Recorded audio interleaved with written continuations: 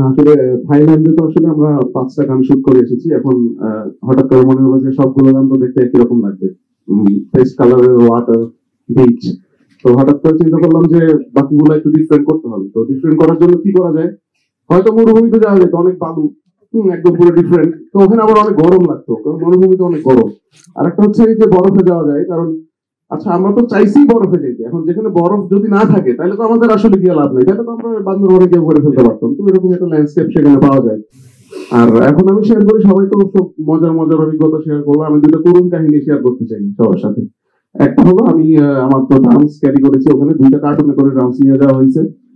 Drums নিয়ে যখন আমি ওখানে আনপ্যাক করলাম, আনপ্যাক করার পরে আমরা ওইটা সব সেট করলাম। তো কার্টুন 2টা খোলা অবস্থায় ছিল।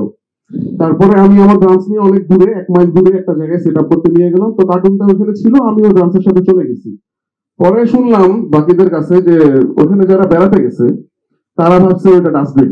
তারা ওই কার্টুনের মধ্যে পানির বোতল, চিপসের প্যাকেট, আইসক্রিমের খোসা, হ্যাঁ আইসক্রিমের খোসা, ওগুলো আমি পরে পাইছি ভাই। না, ওটার একটা দারোয়ান ছিল, দারোয়ান হচ্ছে আমাদের দীপু, যে সবাইকে বলছে যে না এটা ডাস্টবিন না। তারপর থেকে যেটা হয়েছে, সবাই বলতেছে যে বলে না যে ওই কার্টুনটা কোথায়, বলে ডাস্টবিনটা কই, ডাস্টবিনটা পাই। ড্রাইভার তো না কই, ডাস্টবিনটা বেশি পাঠাইতে হয়, মানে ওটার নামই হয়ে গেছে ডাস্টবিন। হ্যাঁ, তো এটা একটা মজার এক্সপিরিয়েন্স ছিল। আরেকটা ব্যাপার ছিল, আমি সবসময় দেশের বাইরে গেলে যেটা করি, সব ধরনের মেডিসিন সাথে করে নিয়ে যাই। হ্যাঁ, তো এবার যেটা হয়েছে, আমার সাধারণত এবার কখনোই কিছু লাগে না, এবারও কিছু লাগে না, কিন্তু বাকি সবাই আমার প্যারাসিটামল তো প্রথম 3 দিনে শেষ। হ্যাঁ, ডায়রিয়ার ওষুধ সবগুলো খেয়ে শেষ করে ফেলছে। তো এরকম মানে শেষে মনে হয়েছে যে সবগুলো আনলাম, সবই খেয়ে ফেলছে, এখন নিজের যদি কিছু হয় তখন কই যাব। হ্যাঁ, মানে ব্যাপারটা হয়েছে সবাই সিক হয়ে গেছে, মোটামুটি পুরো টিমের 60% আসলে অসুস্থ হয়ে গেছিল। তো আমাদের আসলে আমরা খুব লাকি যে শেষ পর্যন্ত এটা পুল অফ করতে পারছি, যে লাস্টের দিকে দীপু এমনই অসুস্থ হয়ে গেছিল, তখন আমি ওকে বলতেছি যে আমাদের লাইফটা এটা, কনসার্ট হোক বা শুটিং হোক, জান থাকলে ওকে আমরা ধরে নিয়ে বসাবো, পিছনে দরকার হলে ঠেক দিয়ে রাখবো, শুটিং এ ওকে বসাবো, পিছনে বাস দিয়ে টাকা দিয়ে হইলেও ওকে শুটিং অ্যাপিয়ার করতে হবে, যে হ্যাঁ ও আছে। কারণ ও না থাকলে কিন্তু আমাদের এত দূরে যাওয়াটা আসাটা পুরোটাই আসলে কিছুই হতো না, আমরা কোনো ফুটেজ ইউজ করতে পারতাম না। তো সেটাই কি অবস্থা, ওটা আমি চিন্তা করতেছিলাম, আমার সাথে অনেক মজা করতেছিলাম যে মরে গেলে তো গেছি, তখন চিন্তা করবি আচ্ছা লাস্টটা নিয়ে চলে যা, তখন ব্যাকআপ, কিন্তু মরার আগ পর্যন্ত ওখানে গিয়ে বসতে হবে। আমাদের যেটা অবস্থা, মানে স্টেজ থাকলে, লাইফ থাকলে আমরা যেটা করি যে শেষ পর্যন্ত আসলে আমাদের যত অসুস্থ থাকে আমাদের লাইভে পারফর্ম করতে হয় বা শুটিং এ অ্যাপিয়ার করতে হয়, আমরা এত দূর দূর দূরান্তে যাই।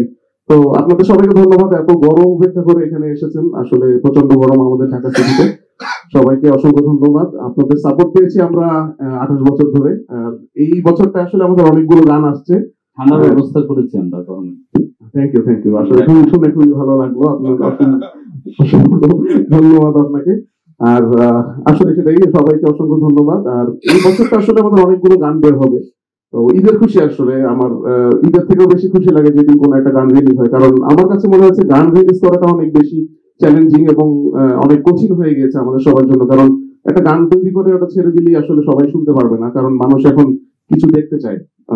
আর আমরাও আসলে প্রেজেন্টেশনটা ওইভাবে করি, গানের সাথে সেটার স্টোরি থাকে, মিউজিক ভিডিও থাকে, যাতে সবাই বুঝতে পারে আমরা কি বলতে চেয়েছি, একটু ইজি হয়। তো সবকিছু মিলিয়ে অনেক সময় লেগে যায়। তো গত 2 বছর আমরা অনেক কষ্ট করেছি, অনেক বেশি কাজ করেছি, এই জন্য এবছরে 10টি গানই আমরা সবাইকে দিতে পারবো বলে আশাবাদী। ভালো থাকবেন সবাই, দোয়া করবেন আমাদের জন্য।